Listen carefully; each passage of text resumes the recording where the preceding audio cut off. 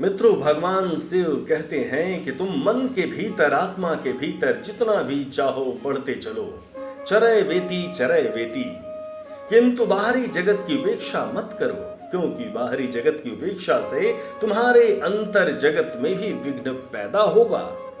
इस प्रकार शैव मत या शैव धर्म बन गया भारत का प्राण धर्म।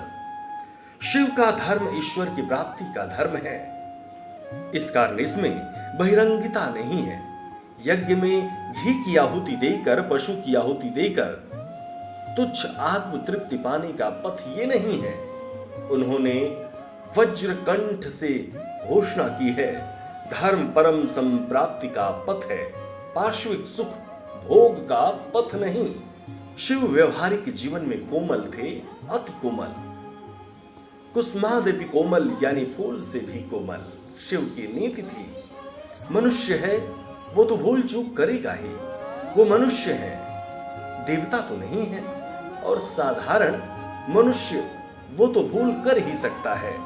साधारण मनुष्य ने भूल की है, कल वो सुधर भी तो सकता है। आज रास्ते पर चलते हुए कपड़ों पर धूल कीचड़ लग गया तो कल वो साफ कपड़े पहनने का सुयोग क्यों नहीं पा सकेगा।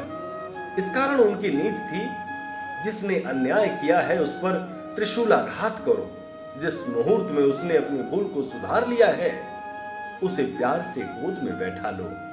अर्थात उन्होंने जो भी किया वो मनुष्य को संशोधन के लिए ही किया। शिव को प्रणाम करते समय कहा जाता है, हे पिनाक पाणे, हे वज्रधर, तुम्हें नमस्कार करता हूं, क्योंकि तुम्हारा ये वज्र मनुष्य को कष्ट देने के लिए नहीं बल्कि मनुष्य को सुधारने के लिए है। शिव मन प्राण से मनुष्य के अतीत का सब कुछ भुला देते हैं।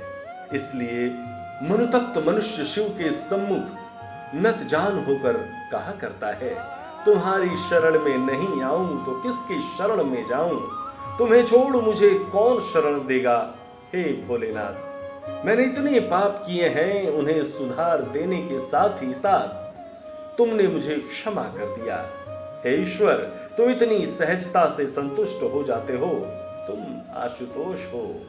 लोग जिनसे घृणा करते हैं उन असुरों ने शिव की शरण मांगी, शिव ने असुरों को शरण दी। असुरगत स्तुत के लिए शिव के पास खड़े हैं, उन्हें वरदान मिल रहा है और शिव ने असुरों को बचाया था। शिव ने कहा था, यदि मैं इन्हें न बचाऊं तो कौन बचाएगा, ये किनके आश्रय में जाएंगे। शिव ने हर समय चाहा है और ऐसा काम भी किया है जिससे संपूर्ण विश्व अंत में शांतिपूर्ण ढंग से जीवन यापन कर सके। शांतिपूर्ण ढंग से जीवन यापन करने के लिए एक उत्कृष्ट आदर्श को ग्रहण करना ही पड़ेगा, क्योंकि यदि आदर्शों में संघात हुआ तो मनुष्य में संघात होगा ही और शांतिपूर्ण ढंग से सहअस्तित्व की स्थापना नहीं हो सकेगी। आदर्श के रूप में शिव ने सबको सिखाया है, तुम सब परम पिता की संतान हो, तुम सबको इस पृथ्वी पर भाई भाई की तरह, भाई बहन की तरह वास करने का अधिकार है। तुम लोग इस अधिकार में सुप्रतिष्ठित हो सको, आदर्श में पुनर्वासित हो सको, इस कारण तुम सबकी मदद के लिए मैं सर्वदा प्रस्तुत हूं। धन्य है भगवान भोलेनाथ, धन्य है उनकी कृपा। ओम नमः शिवाय। सब्सक्राइब करें टोटल भक्ति को। अब हमारे वीडियोस को सबसे पहले देखने के लिए बेल आइकन को दबाना ना भूलें।